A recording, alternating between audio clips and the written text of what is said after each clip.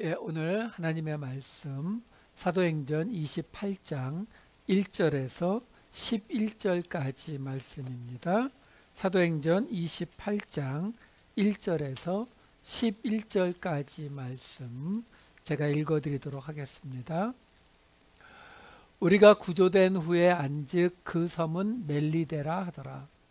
비가 오고 날이 참에 원주민들이 우리에게 특별한 동정을 하여 불을 피워 우리를 다 영접하더라. 바울이 나무 한 묶음을 거두어 불에 넣으니 뜨거움으로 말미암아 독사가 나와 그 손을 물고 있는지라. 원주민들이 이 짐승이 그 손에 매달려 있음을 보고 서로 말하되 진실로 이 사람은 살인한 자로다. 바다에서는 구조를 받았으나 공의가 그를 살지 못하게 함이로다 하더니 바울이 그 짐승을 불에 떨어버림에 조금도 상함이 없더라. 그들은 그가 붙든지 혹은 갑자기 쓰러져 죽을 줄로 기다렸다가 오래 기다려도 그에게 아무 이상이 없음을 보고 돌이켜 생각하여 말하되 그를 신이라 하더라. 이 섬에서 가장 높은 사람 보블리오라 하는 이가 그 근처에 토지가 있는지라. 그가 우리를 영접하여 사흘이나 친절히 머물게 하더니 보블리오의 부친이 열병과 이질에 걸려 누워 있거늘 바울이 들어가서 기도하고 그에게 안수하여 낫게 하매 이러므로 섬 가운데 다른 병든 사람들이 와서 고침을 받고 후한 예로 우리를 대접하고 떠날 때에 우리 쓸 것을 배에 실었더라. 석 달 후에 우리가 그 섬에서 겨울을 난 알렉산드리아 배를 타고 떠나니 그 배의 머리 장식은 디오스 구로라. 아멘. 지난주에 우리는 사도행전 27장에 있었던 이 로마로 가는 배를 탔는데 그 배가 파선하는 그 과정의 이야기를 살펴보았습니다. 이제 사도행전이 거의 끝나가지만 처음부터 계속 말씀드려 왔습니다. 이 사도행전이 있었던 모든 일을 다 적어놓은 다큐멘터리가 아니다라는 거죠. 그것이 아니라 있었던 일, 복음이 전파되는 일들 가운데, 그 사건들 가운데에서 선별된 이야기예요. 그러니까 이런 이야기들, 이거는 복음서도 마찬가지입니다. 이런 이야기들을 우리가 대할 때에 우리가 뭘 생각해야 되냐면 왜 이 사건이 여기에 기록되어 있는가? 이게 중요해요.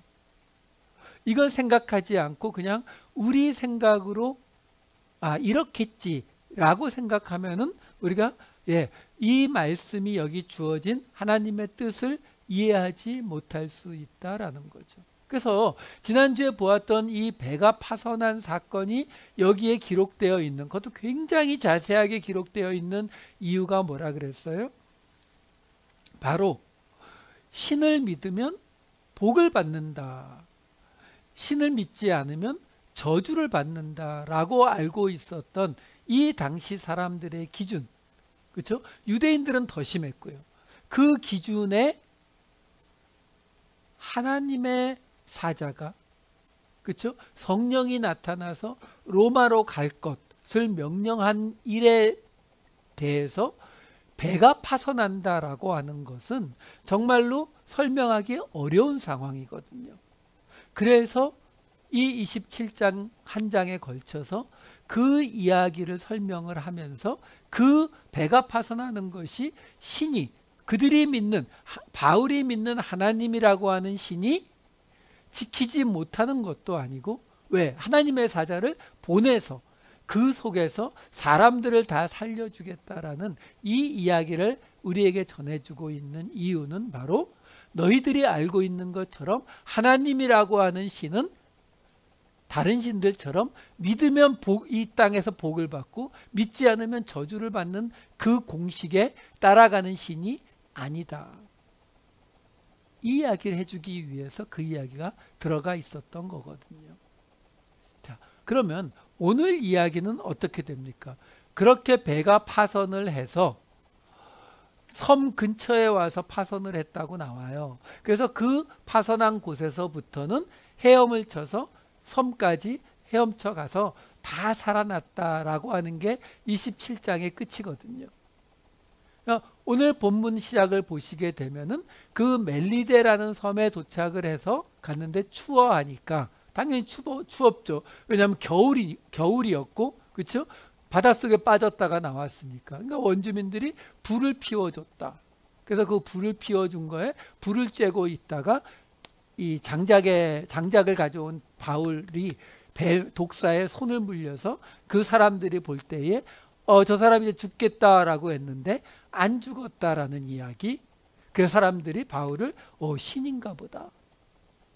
그리고서 그 섬에 가장 높은 사람인 보블리오라고 하는 사람의 집에 초대받아서 3일 동안 가서 대접을 받았는데 그 집에 아버지가 열병과 질병에 걸려 있어서 사도 바울이 기도와 안수로 낫게 했더니 소문이 나서 온 동네 사람, 아픈 사람들이 다 와서 다 치유해 줬다라는 이야기. 그리고 그랬더니 겨울이 다 지나서 석 달 후에 떠나갈 때에 그 섬 사람들이 아주 후하게 많은 것들을 로마까지 가는데 부족함이 없도록 대접해주고 선물을 주었다라는 이야기가 오늘 본문이에요.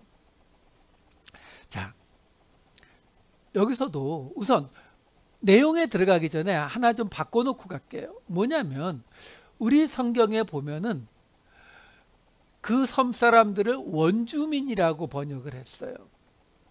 이게 뭐 틀린 건 아니에요. 왜냐하면 헬라어로 바르바리안이라고 해가지고 이 헬라 사람들이 말할 때 이 바르바르라고 하는 말이 뭐냐면 한마디로 외국인들이 말하는 게 버버버버 하는 것 같이 들린다고 해서 나온 말이거든요. 그러니까 이 베르바리안이라는 이 단어를 원주민이라고 번역을 하는 것은 조금 맞지 않아요. 그것보다는 차라리 이방인, 외국인 정도가 나아요. 그리고 우리 본문에는 그냥 이 섬에서 가장 높은 사람이라고 번역이 돼 있는데 새 번역을 보면은 추장이라고 번역해 놨어요. 이 프로토스라고 하는 단어는 첫 번째 사람, 가장 높은 사람 뭐 이런 뜻이거든요. 근데 추장이라고 번역을 해서 이게 원주민 그리고 새 번역에서는 추장 이렇게 번역을 하다 보니까 굉장히 많은 책에서 이 이야기를 쉽게 말하면 거의 뭐 뻘거벗고 사는 야만인 동네라고 생각을 해요. 그래서 사도 바울이 그 야만인들이 있는, 그러니까 이 사람들의 반응이 이 사람들 수준이 낮아서 이렇게밖에 생각을 못하는 사람들 이렇게 취급을 합니다. 그렇지 않아요. 왜 그러냐면 이 멜리데, 지금의 몰타 섬이거든요. 이탈리아 반도의 맨 끝에 시실리라고 하는 큰 섬이 있어요. 거의 우리 대한민국 남한의 4분의 1 정도 되는 큰 섬이에요. 제주도에 제가 계산해 보니까 제주도에 한 18배? 굉장히 크죠. 그 시실리 섬 아래쪽으로 약 90km 떨어져 있는 섬이 이 몰타 섬이에요. 목포에서 제주도가 140km가 떨어져 있습니다. 훨씬 가까워요. 그리고 이 지역은 지중해 연안은 아주 오래전부터 해양 문화가 발달한 지역이잖아요. 이 몰타 섬에 있는 이 몰타 섬도요, 그 지역의 원주민들이 사용하는 몰타어가 약 BC 800년경에 페니키아로부터 전래되었다라고 하는 것이 학자들의 의견이에요. 이곳에 BC 3000년이 넘는 유적들도 있습니다. 그러니까 이 지역이 야만인들이 아니란 말이에요. 그래서 어떤 신학자들은 이 보블리오라고 하는 사람에게 나와 있는 프로토스라는 단어를 가지고 더 프로토스라고 돼 있으니까 그걸 가지고 로마의 관리였다 이렇게 해석하는 신학자도 있어요. 그러니까 이 사람들을 야만인으로 보지 마시라고요. 이 내용이 야만인들에게 가서 생겼던 일이라고 보지 마시고 똑같아요. 그냥 이 몰타 섬이 기독교를 받아들인 것도 로마가 기독교를 받아들였던 때에 같이 받아들였고요. 지금도 제가 찾아보니까 지금도 1년 동안에 이 몰타라고 하는 나라의 국경일이 14번이 되는데 그중에 거의 반이 기독교 국경일이에요. 그중에 2월 10일은 사도 바울이 이 섬에 파선해서 온 날을 기념하는 날이 이 몰타라는 나라의 국경일입니다. 그런 곳이에요. 그러니까 이렇게 야만인들 아니다라는 것부터 오해를 좀 풀어놓고 제가 들어갈게요. 자, 그곳에 사도 바울이 지금 와서 이 섬 사람들이 불을 피워줬다고 했어요. 근데 뭐 나무가 모자랐는지 아니면 섬 사람들이 가져온 나무를 가지고 오다가 사도 바울이 그 속에 있었던 독사에게 물렸습니다. 그 독사에게 물렸을 때에 그 주민들이 그 모습을 보고 반응이 28장 4절에 이렇게 나옵니다. 원주민들이 이 짐승이 그 손에 매달려 있음을 보고 서로 말하되 진실로 이 사람은 살인한 자로다. 바다에서는 구조를 받았으나 공의가 그를 살지 못하게 함이로다 하더니. 자, 여기에 공의가 그를 살지 못하게 함이로다 하더니 이렇게 나오는 공의라고 번역이 된 헬라어 단어는 디케라는 단어예요. 이 디케라는 단어는 의를 뜻하는 디카이오스, 디카이오신의 이 단어와 같은 어원을 갖는 단어니까 의, 공의라는 뜻이 있는 게 맞아요. 하지만 여기서는 그런 뜻으로 사용된 것이 아니라 그리스 신화에 나오는 테메스라고 하는 여신의 딸, 정의의 여신 디케라고 하는 여신을 뜻합니다. 그래서 이 28장 4절을 세번역으로 번역한 세번역을 보시면은 맨 밑에 보시면은 바다에서는 살아나왔지만 정의의 여신이 그를 그대로 살려두지 않는다 하고 서로 말하였다 이렇게 나오는 거예요. 여러분 여기 미국도 이 법무부 이런 데 가보면은 아니면 법원 앞에 가면은 여자 동상이 있어요. 의자에 앉아 있기도 하고 서 있기도 한데 한 손에는 칼을 가지고 있고 한 손에는 저울을 가지고 있고 그리고 어떤 동상은 눈을 가리고 있기도 하고 안 가리고 있기도 한데 공통적인 거는 한 손에 칼, 한 손에 저울을 가지고 있어요. 그 여자가 바로 라틴어로 유스티티아, 헬라어로 디케라고 부르는 정의의 여신이에요.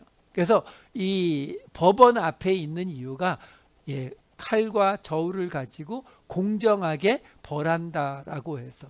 근데 보이는 것에 좌우되면 안 된다고 해서 안대를 씌워 놓은 거예요.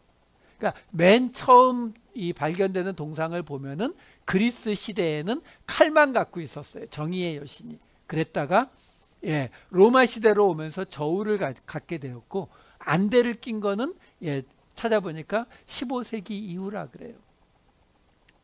자, 뭐 그게 중요한 건 아니고요. 찾았으니까 그냥 설명드렸어요. 지금 이 지역 사람들이 뭐라고 이야기하냐면 바다에 배가 파손된 것이 뭐라고요? 신의 저주를 받은 사건이라고 말씀드렸잖아요. 신의 저주를 받은 게 분명한데 거기서 죽지 않고 살아나왔잖아요. 그러면 굉장히 운이 좋은 거죠. 실제로 우리가 잘 아는 오디세이아 그 신화 있잖아요. 그 오디세이 이야기를 읽어보면은 포세이돈이 자기를 섬기는 트로이를 멸망시킨 이 오디세이를 집으로 돌아가는 길을 방해해서 못 돌아가도록 해서 많은 고난을 겪은 이야기가 그 오디세이 이야기거든요. 그러니까 그것처럼 사도 바울도 지금 뭔가 하나님 앞에, 그러니까 신이죠. 여기서는 그냥 신에게 잘못해서 배가 파손당하는 그런 일을 겪어서 죽을 뻔했는데 거기서 살아났잖아요. 살아났음에도 불구하고 이제 갑자기 독사에게 또 물린 거예요. 그러니까 이 사람들이 가지고 있는 상식으로 생각하면 어떻게 된다고요? 아, 저 사람은 뭔지 모르지만 굉장히 큰 죄를 지은 사람이 맞다. 신에게. 그러니까 여기서는 뭐라고 해요? 살인한 것이 분명한 것 같다. 그러면서 정의의 여신 디케가 그를 살지 못하게 한 거다라고 이야기를 한 거예요. 자, 그랬는데 안 죽었죠. 시간이 지나도 안 죽는 거죠. 그래서 그들의 반응이 28장 6절에 이렇게 나오는 거예요. 그들은 그가 붙든지 혹은 갑자기 쓰러져 죽을 줄로 기다렸다가 오래 기다려도 그에게 아무 이상이 없음을 보고 돌이켜 생각하여 말하되 그를 신이라 하더라. 자, 여기서 보시면은요, 오늘 설교 제목이 복음과 확증 편향이에요. 확증 편향이 뭐냐? 영어로 confirmation bias라는 거예요. 무슨 말이냐면은 내가 옳다라고 생각하고 내가 이게 옳다, 이게 그르다 라고 모든 사람은 다 자기 기준을 가지고 있어요. 근데 내가 어떤 기준을 가지고 있는데 내 기준과 맞지 않는 이야기가 들리면 우리 어떻게 해요? 뭘 어떻게 해요? 무시. 그렇게 하잖아요. 여러분, 유대인들이 복음을 처음 접할 때 그들의 반응이 어땠어요?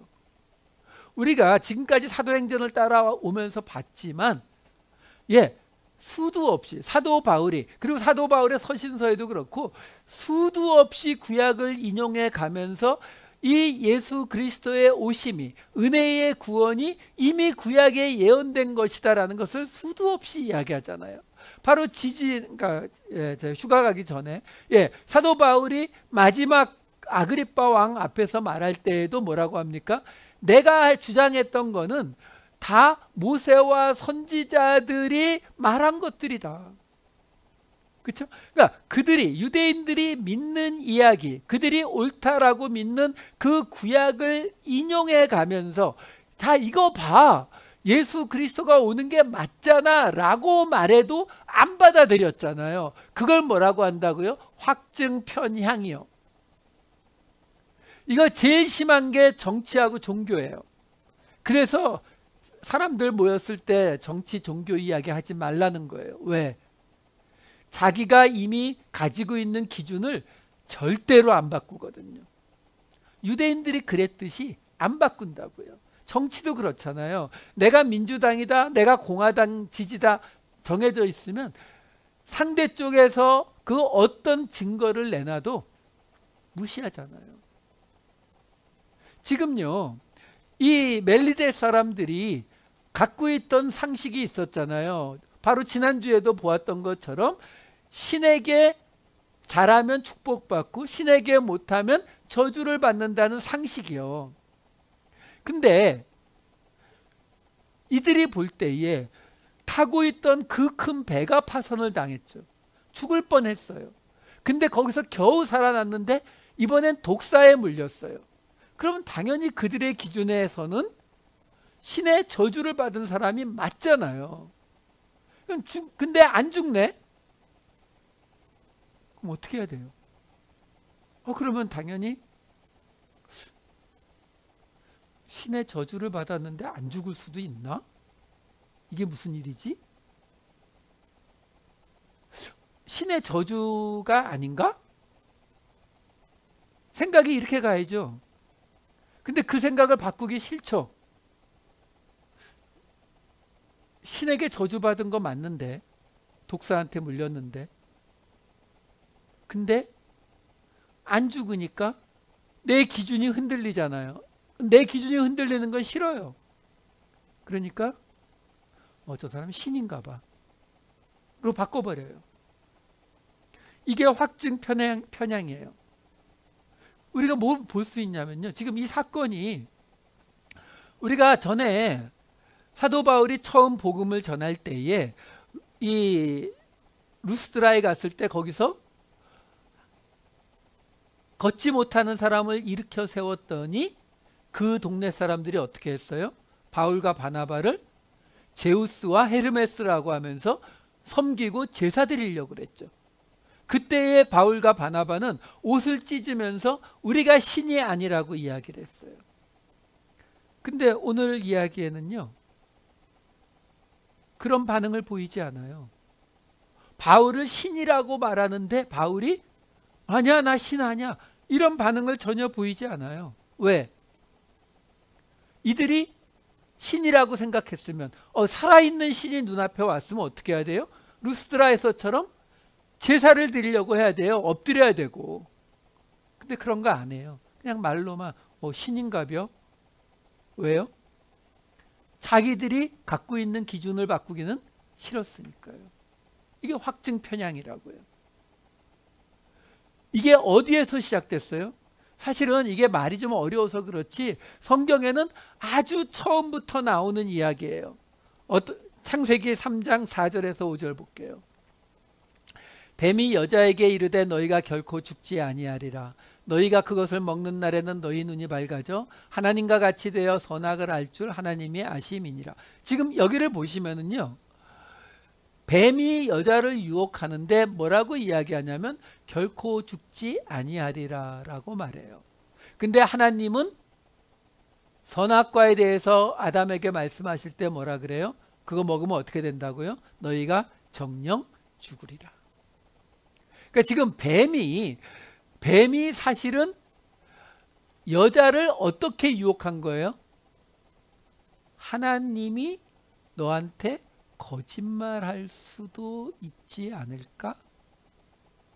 이 생각을 여자에게 넣었죠. 그랬더니 여자가 그걸 받아들였어요. 뭘 받아들였어요? 선악과를 먹으면 너희 눈이 밝아져 하나님과 같이 되는 건 두 번째고, 뭘 받아들였다는 거예요? 하나님이 거짓말을 했을 수도 있다라는 것을 받아들였죠.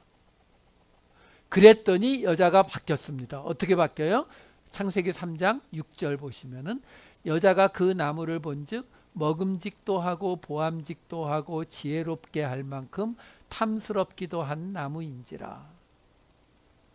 지금요, 선악과 열매가 있었는데 하나님이 나에게 거짓말을 했을 수도 있다라는 생각을 받아들이니까 그 말이 뭐예요? 내 나름대로의 기준을 세워봤더니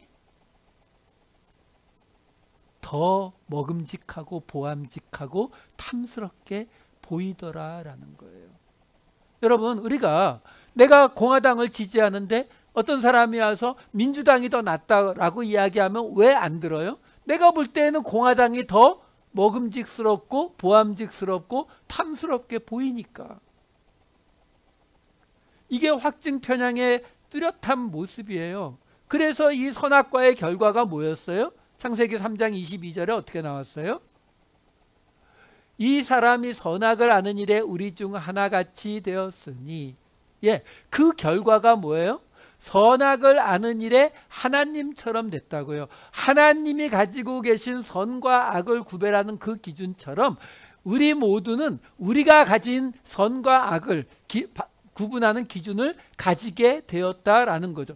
여기에서부터 우리가 흔히 말하는 내로남불이 시작되는 거죠.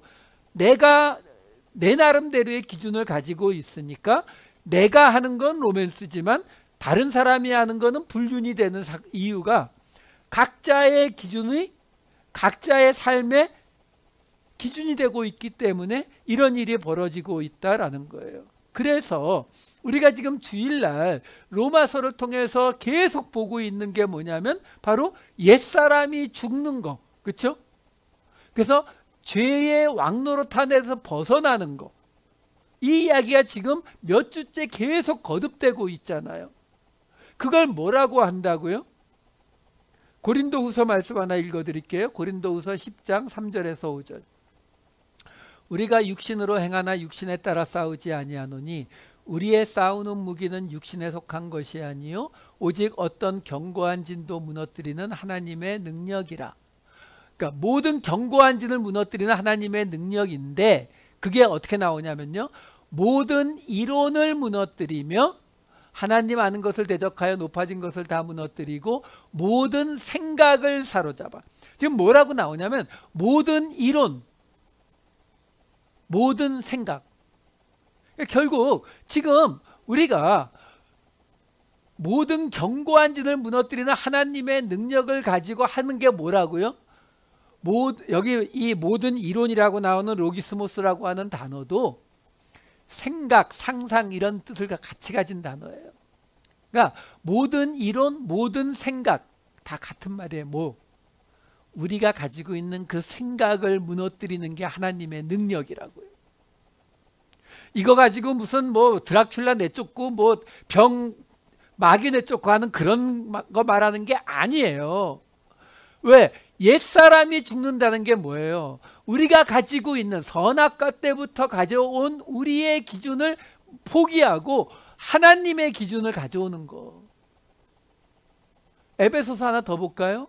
에베소서 4장 22, 24절 보시면은 다른 거 다 생략하고 23절만 볼게요. 그래서 어떻게 된다고요? 옛사람을 벗어버리고 너희의 심령이 새롭게 되어 새 사람을 입으라.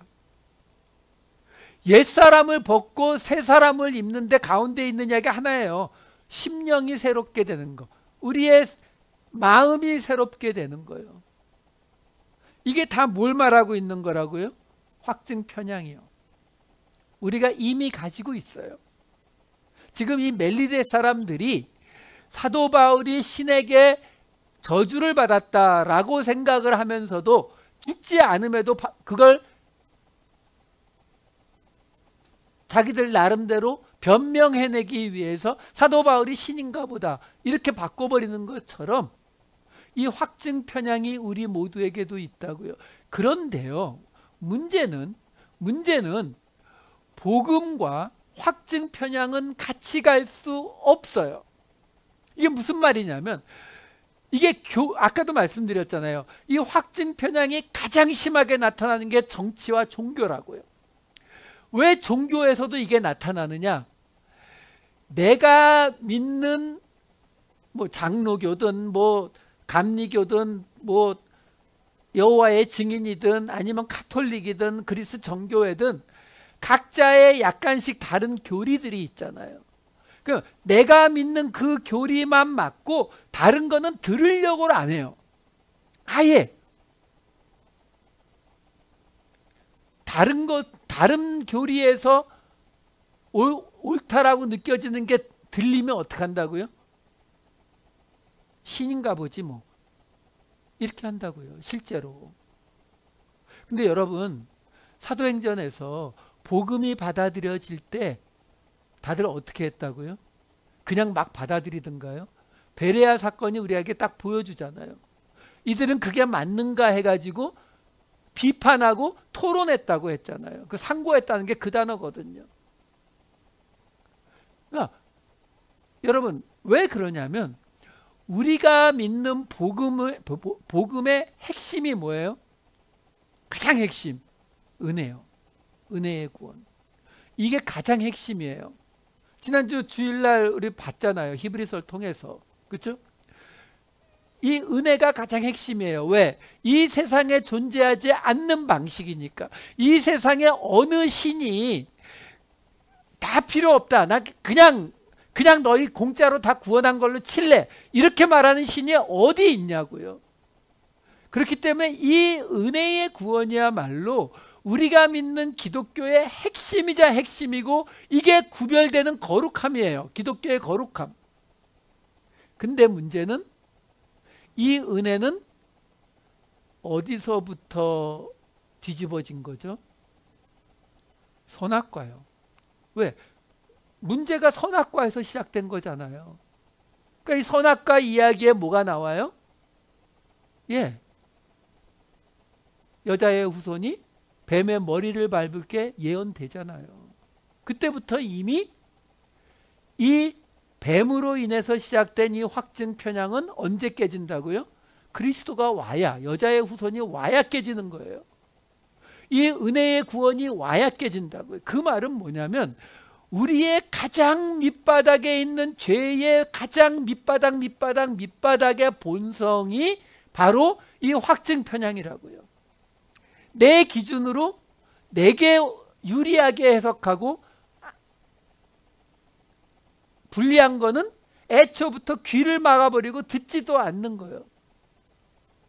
그렇다면 우리가 믿는 복음이 이 은혜에 관한 복음이라면 나 그 은혜의 구원을 받았고 은혜를 이해했어요. 그러면 이제 나는 이 믿음을 지키면 되는 건가요? 아니요. 그게 그렇게 될 수가 없어요. 왜? 우리는 이 땅에 사는, 사도 바울조차 자기가 죄인 중에 괴수라고 그 사역의 끄트머리에서 말하는데 우리가 그 은혜의 구원을 온전히 이미 받아들여서 차라리 해탈을 했다고 하세요. 그게 나아요. 안 된다니까요. 그러니까 우리는 끊임없이 그 부족함을 느끼면서 이 세상에서 그럼에도 불구하고 내가 지난번에 보니까 내가 조금 믿음이 나아진가 했더니 이번 주에 보니까 또 아니네. 그러면 지난주에는 조금 괜찮았고 이번 주에는 또 잘못한 것 같으니까 지난주에는 구원받은 것 같고 이번 주에는 구원 못 받은 것 같으면 안 되잖아요. 은혜의 구원은 뭐예요? 그럼에도 불구하고 지난주에 조금 착실하게 살았을 때나 이번 주에 좀 잘못 살았을 때나 나는 구원받은 거는 변함이 없는 거잖아요. 왜? 은혜의 구원이니까. 그렇죠? 그 은혜의 구원을 주셨다는 말을 뒤집어 보면 무슨 이야기가 돼요? 우리는 이 땅에 있는 동안 이 은혜의 구원을 온전히 완성시키지 못해요. 우리 안에 완전히 받아들이지 못하고 끊임없이 넘어지면서 넘어질 때마다 그 은혜에 매달려서 이 인생을 살아가는 게 우리라고요. 그러니까 복음을 믿는다. 근데 내가 믿는 복음이 아닌 건 다 아니야 라고 말하면 이미 확증 편향에 빠져 있는 거고 그거는 은혜의 구원을 받은 사람의 모습이 아니다라는 거예요. 그럼 은혜의 구원을 받은 사람의 모습을 바로 그 뒤에 보면 이 다음에 나오는 이야기가 그 보블리오라고 하는 사람, 제일 높은 사람 집에 초대받아 가서 대접 잘 받고 그리고 병도 고쳐주고 그리고 떠날 때에 많은 선물을 받고 떠났다 이렇게 나오잖아요. 근데 아까도 말씀드렸다시피 이 이야기 속에는 사도 바울이 그 보블리오의 아버지를 고쳐줬고 그 주민들 중에 병자들을 다 고쳐줬잖아요. 독사에 물렸는데도 죽지 않는 모습도 보여줬잖아요. 근데 예수를 믿었다는 말도 없고 그 중에 구원을 받았다는 말도 없어요. 그러니까 이 이야기는 그동안 앞에 있었던 복음을 전하는 이야기하고는 목적이 좀 다른 거예요. 무슨 말이에요? 예, 복음을 전하다 보면 이런 모습의 상황도 겪게 될 것이다 라는 거죠. 이 멜리데 사람들 얼마나 착해요. 276명이 표류돼 왔는데 불 피우고 먹을 것 주고 그렇죠? 그리고 그 중에 아마도 바울 일행은 그 보블리오라고 하는 높은 사람 집에 초대받아 가서 3일 동안 대접받기도 하고 떠날 때에는 석 달 동안 있었다고 했어요. 석 달 동안 아무것도 없이 맨몸으로 헤엄쳐 나온 사람들을 먹여 살렸다는 거잖아요. 그들에게 바울도 병이 낫게 해주고 그쵸? 기도와 안수로 그 착한 일들을 서로 나누었다는 거거든요. 근데 복음을 이 당시에는 안 받아들였다는 거예요. 그럴 수도 있다는 거죠. 나중에는 받아들이게 되겠지만요. 자, 마지막 한 절만 보고 마칠게요. 그랬는데 드디어 석 달이 지나고 그곳을 떠나게 됩니다. 11절 볼게요. 석 달 후에 우리가 그 섬에서 겨울을 난 알렉산드리아 배를 타고 떠나니 그 배의 머리 장식은 디오스 구로라.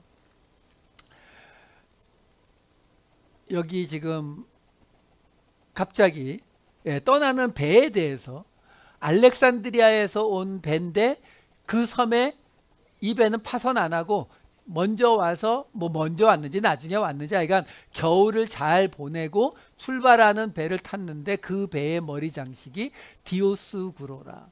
헬라어로는 디오스쿠로이라고 나와요. 이 디오스쿠로이라고 하는 단어가 어떤 뜻이냐면은 제우스의 쌍둥이 아들 카스토르와 폴록스라고 하는 두 아들을 합해서 이 디오스쿠로이라고 불러요. 그러니까 직역하면 제우스의 아들들 정도가 돼요.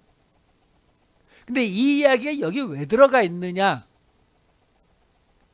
이 디오스쿠로이, 제우스의 쌍둥이 아들은 별자리 이름이에요. 이 별자리 황도 12궁이라고 해서 많은 별자리들 중에 태양이 지나가는 길에서 눈에 띄는 가장 뚜렷한 별자리를 1년 동안 모으면은 12개, 황도 12궁이라고 하거든요. 그 중에 쌍둥이 자리가 있어요.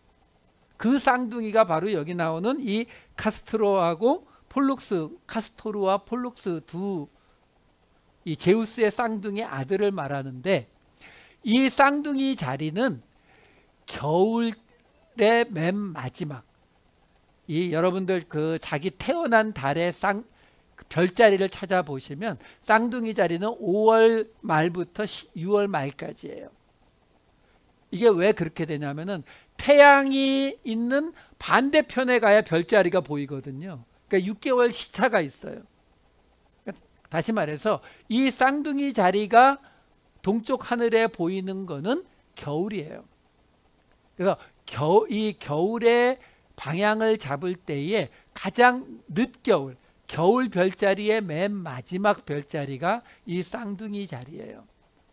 그러니까 이 이야기가 여기 들어가 있는 이유는 쉽게 말해서 지금 겨울을 다 지내고 이 멜리데 섬에서 로마로 출발하는 배를 탔더니 그 배의 머리 장식, 그 머리 장식에 바로 이 쌍둥이, 제우스의 쌍둥이 아들의 그 조각이 붙어 있더라라는 거예요. 그러니까 한마디로 말하면 이 배는 겨울에 딱 요맘때에 항해하기에 딱 알맞는, 왜? 그때의 별자리, 바로 그때의 신이 지켜주는 배니까. 그래서 써놓은 거예요. 겨울을 난 알렉산드리아 배를 이 겨울이 거의 끝날 무렵에 탔는데, 타서 보니까 그 배가 특별히 그 겨울 항해를 지켜주는 쌍둥이 신을 새겨놓은, 쉽게 말해 그 제우스의 쌍둥이 신의 가호를 받는 배더라라는 거죠. 아니 근데 그거를 누가가 왜 써놨어요? 써놓은 이유요? 근데 사도 바울이 그냥 탔다고요. 그 얘기예요. 무슨 말이에요? 쉽게 말씀드리면 이 배는 그 디오스구로라고 하는 그 신에게 바쳐진, 그 신의 가호를 받는 배예요. 그러면 유대인인 사도 바울 입장에서 어떻게 해야 돼요? 뭐 타지 말든지, 아니면 적어도 한마디 해야죠. 그렇죠? 이 배는 이런 장식이 붙어 있어도 하나님이 지켜주시는 배다, 뭐 이런 말 해야 될 것 같잖아요. 아무 말 없어요. 왜요? 상관 안 하는 거거든요. 왜요? 확증 편향에 빠져 있지 않으니까요. 예수님을 통해서 사도 바울이 받은 그 은혜의 복음이라고 하는 것은 자기가 내가 지금 예수님을 통해서 이렇게 받았으니까 이 기준, 저 기준, 이 기준이 아닌 건 아니고 이 기준, 이렇게 받지 않았다는 거예요. 우리가 잘 알다시피 사도 바울이 어땠던 사람이에요? 유대인들을 만나면 먹어서는 안 되는 음식 안 먹고, 이방인들을 만나면 먹고, 그냥 우리가 사도행전에서 보았듯이 예루살렘에 가니까 결례 지키라고 하니까 그대로 지키고, 예, 바로 그 모습을 우리에게 보여주고 있잖아요. 그들이 앞에서는 안 그랬잖아요. 근데 여기서는 그들에게 기도하고 안수하고 근데 복음을 전했단 말이 없네요. 전했을지도 모르죠. 근데 누가가 기록을 안 해주잖아요. 왜? 받아들인 사람이 없었나 보죠. 지금 이 이야기는 결국 무슨 이야기예요? 사도 바울이 복음을 받은 사도 바울과 바울의 일행, 누가를 포함한 그 일행이 자기들의 기준을 가지고 이들을 판단하지 않는 모습을 보여주잖아요. 거기에 비해서 이 멜리데 사람들은, 예, 자기들의 기준을 가지고 그것이 맞지 않으니까 바울을 신으로 바꿔가면서까지 자기들을 변명하는 모습을 보여주잖아요. 이게 바로 복음과 확증 편향의 차이라니까요. 복음을 믿는다는 것은, 그럼 사도 바울이 어떻게 그럴 수 있었어요? 사도 바울은 무엇이 중요한지를 알고 있었다고요. 뭐가 중요해요? 교리요?